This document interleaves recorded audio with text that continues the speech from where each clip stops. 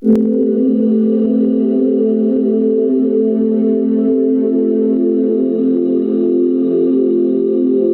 Semicon welcomes you to explore the field of semiconductor physics and technology, the foundation of microelectronics and VLSI design engineering.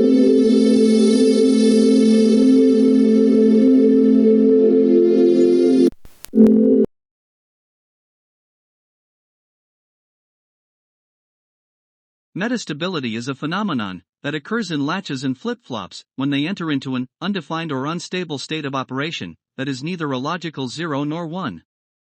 This condition leads to unstable or oscillatory state of operation that has no relevance to the input signal. Such operating state normally occurs in asynchronous input devices or latches or flip-flops that violate timing constraints. This state of operation is known as metastable state and leads to data corruption, unpredictable behavior or system failure. In this video, we will discuss the principle involved in its occurrence and methods employed in avoiding it. So, let's get started. MOSFETs are the basic building blocks of application-specific integrated circuits and form integral parts of analog and digital applications. The P-type or N-type MOS transistors operating in either enhancement or depletion mode of operation are used in the circuit designs. Output characteristics shown in the figure displays the relationship between the drain current and the source-to-drain voltage that are operating at different gate source voltages.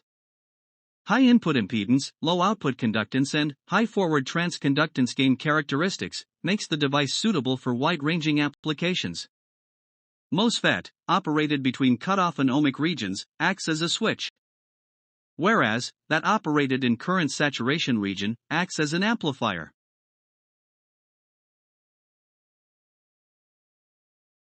MOSFET is a voltage-operated device and the transfer characteristic shown displays forward transconductance gain GM and specifies its ability to control the output current IDS with input gate voltage VGS.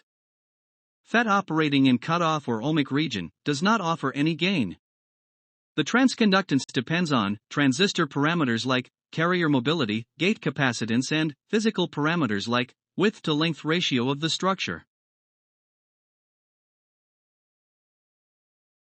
The figure shown is an enhancement type NMOS transistor amplifier connected with resistive load. It is powered through DC, power supply, VGS is the AC input signal and Vout is the output. FET operating at less than threshold voltage will be in cutoff mode. MOSFET to operate as an amplifier, FET has to be DC biased and also create the output quiescent operating point. AC signal imposed over DC bias gets amplified by GM times RD. This simple amplifier circuit has limitations like gain dependence on load resistor, RD, which dissipates power, limits load current and occupies larger space. An NMOS inverter is a basic digital device employed to create inversion logic. As shown in the figure, it can be implemented by either a diode-connected MOSFET load or a constant current load inverter. This configuration achieves improved performance as compared to a resistive load inverter.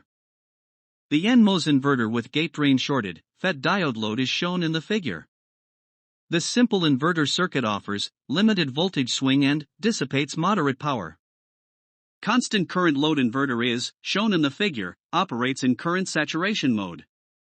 As compared to diode load, constant current load inverter dissipates less power, offers improved gain, provides wide output swing and operates at fast switching speed. A CMOS inverter consists of complementary N and PMOS transistors. This configuration eliminates the need for external resistors, diodes, or constant current loads etc. The pull-up PMOS transistor acts as a dynamic load to NMOS and pull-down NMOS transistor acts as dynamic load to a PMOS FET. CMOS inverter is superior to diode-connected and constant current load inverters. It exhibits low power dissipation, wide voltage swing, and offers high efficiency.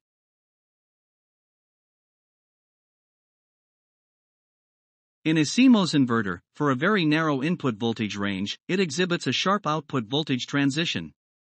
The voltage transfer characteristic can be divided into 5 operating regions, as discussed below. Region 1, for an input Vn less than Vtn, NMOS is in cutoff and PMOS is in ohmic state, resulting in an output of VDD. Region 2, with input Vn at VIL, results in an output of VOH. For input VAN equals Vtn, NMOS is in current saturation and PMOS is in ohmic state of operation. The output Vout starts decreasing but not drastically. The transfer characteristic slope becomes unity for input of VIL, results in an output of VOH. Region 3 is in transition of inverter gate threshold voltage. The input voltage of VDD by 2 represents the inverter threshold voltage. In this region both the transistors opt in current saturation region. The output signal transition slope is proportional to the switching speed. The difference of in-out signal levels represents the noise margins. Region 4, with an input at VIH, the output results in VOL. For input Vn at VDD-VTP, NMOS operates in ohmic and PMOS operates in current saturation region. The output Vout starts decreasing further. The VTC slope of unity gain represents the input at VIH that produces an output of VOL. Region 5, for input Vn at VDD, NMOS operates in ohmic and PMOS off region. The output reaches logical zero, that is VSS.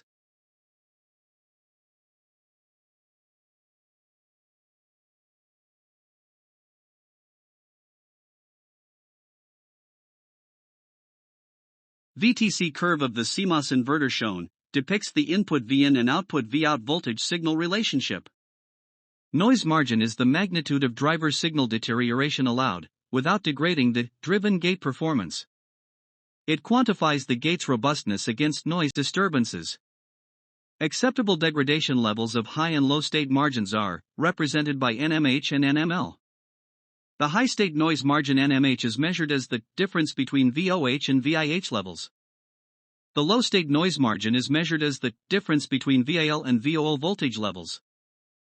A symmetrical inverter VTC characteristics exhibits nearly equal low and high noise margins. Higher the noise margin, better is the noisy environment performance.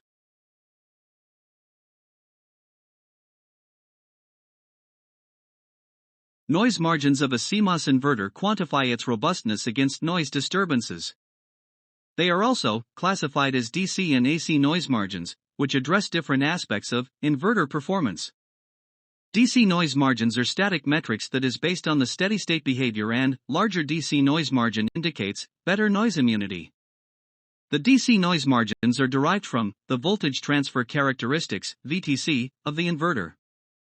They indicate the maximum allowable noise voltage that can be added to the input, while still ensuring correct logical interpretation at the output. The AC noise margins characterize the inverter's ability to handle transient noise, which occurs during switching. They depend on the dynamic behavior of the inverter, such as slew rate, propagation delay, and capacitive effects.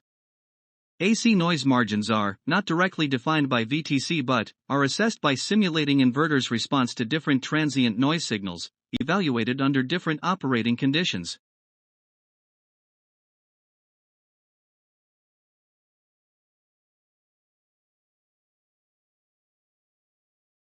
Input slew rate. A slower input transition allows more time for noise interfere with the inverter's operation, reducing AC noise margins.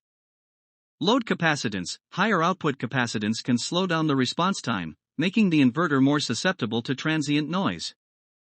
Switching threshold VTH, where Vin equals Vout identifies the point of maximum gain and determines how quickly the inverter transitions takes place.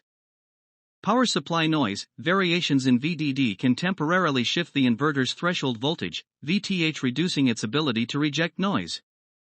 By designing inverters with fast and reliable transient characteristics, metastability issues in sequential circuit can be minimized. In a normal signal switching process of an inverter, both NMOS and PMOS transistors briefly travel through high-gain current saturation region. The transition signal in high-gain region is amplified and quickly driven towards a stable state. If the signal is not stable or remain for longer period in the forbidden zone, the signal amplified and is driven into an unpredictable output that is susceptible to noise, instability, or thermal degeneration that leads to an unreliability issue.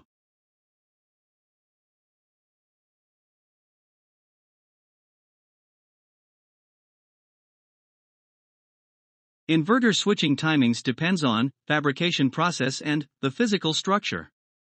Inverter switching parameters are defined as below. 10 to 90% of output raise is defined as rise time. 90 to 10% of output fall is defined as fall time. Input fall to output signal rise, measured at 50% level, is defined as propagation time, TPLH. Input rise to output signal fall measured at 50% level is defined as the propagation time, TPHL. The switching timings also depend on FET physical design parameters of width W and feature size length L, and influence parameters like increased inverter drive strength, improved switching timings, increased gate input capacitance, and increased propagation delay.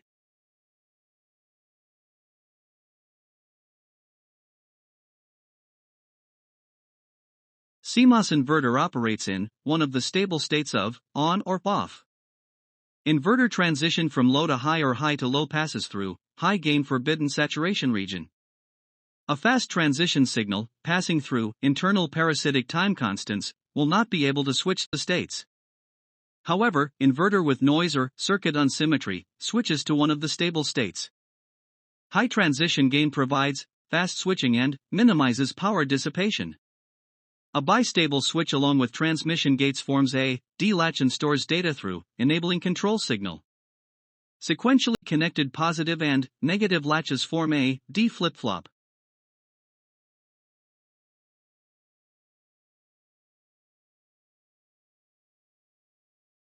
A data or a delay latch is a fundamental building block that stores and holds digital data. A positive latch is made up of transmission gates and feedback loop inverters. A positive level D-latch, with positive control signal, operates in transparent mode, propagates and stores input data in feedback loop. When disabled by low-level control signal, latch goes into hold mode and latches the data to the output queue. A master clock signal CLK generate the complementary clock signals, ICLK, ICLK bar, and are used to control the transmission gates.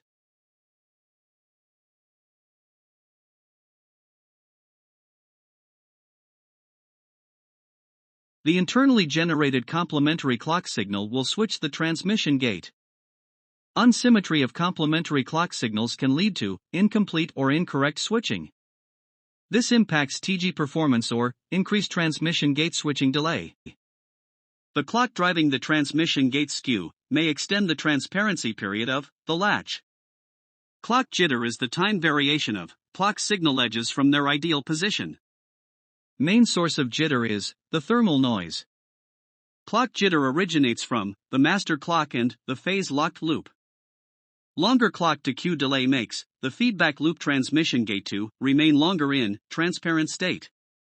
Data slew rate, a slow data transition, can increases the hold time requirement.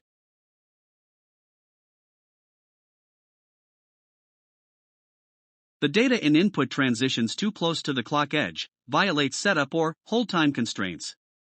The input signal data in transitions is very slow, leads to a situation where the latch is exposed to intermediate or ambiguous voltages. Noise or jitter causes the input to fluctuate around the forbidden voltage region during the critical timing window.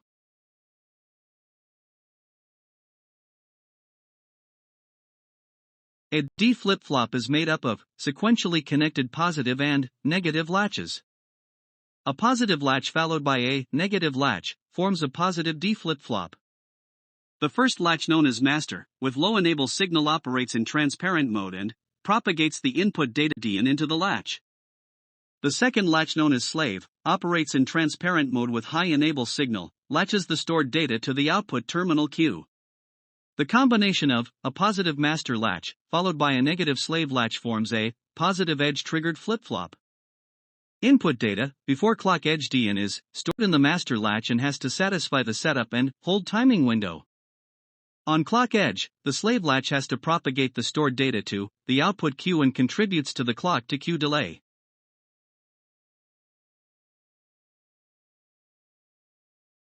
The setup is the minimum time period. Before the occurrence of control signal, the input data has to arrive and be stable at the input.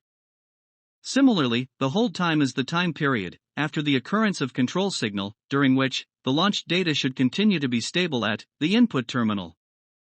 Timing constraints, such as setup time, hold time, and clock-to-queue delay, define the timing window. For proper operation, relative to the clock, the input data must remain stable in the timing window. Violating these timing requirements can lead to metastability, where the flip-flop output becomes unpredictable.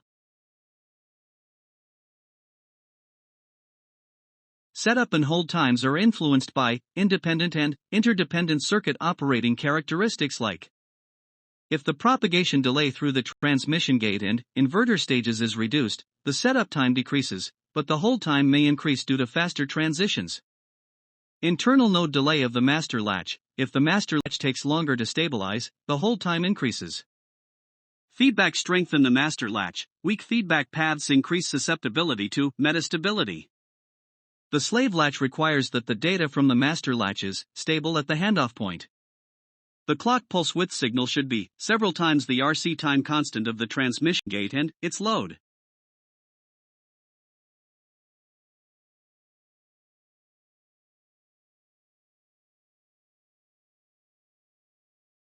Metastability in a D flip-flop occurs when the input D in changes very close to the clock edge, causing the flip-flop to enter an indeterminate state.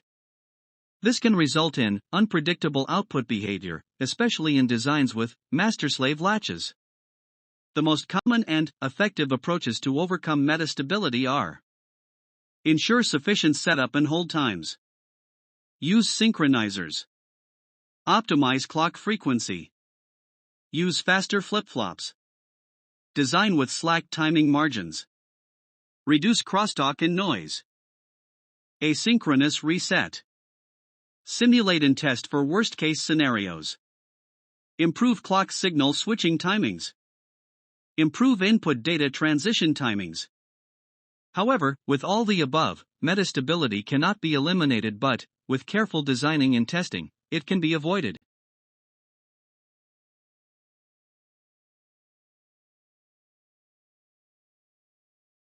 Thanks for your time. Hope this video has been helpful in appreciating the factors contributing to the metastability phenomenon in latches and flip-flops and its impact on the device performance. Thanking you once again and hope to meet you in the upcoming video. Bye for now.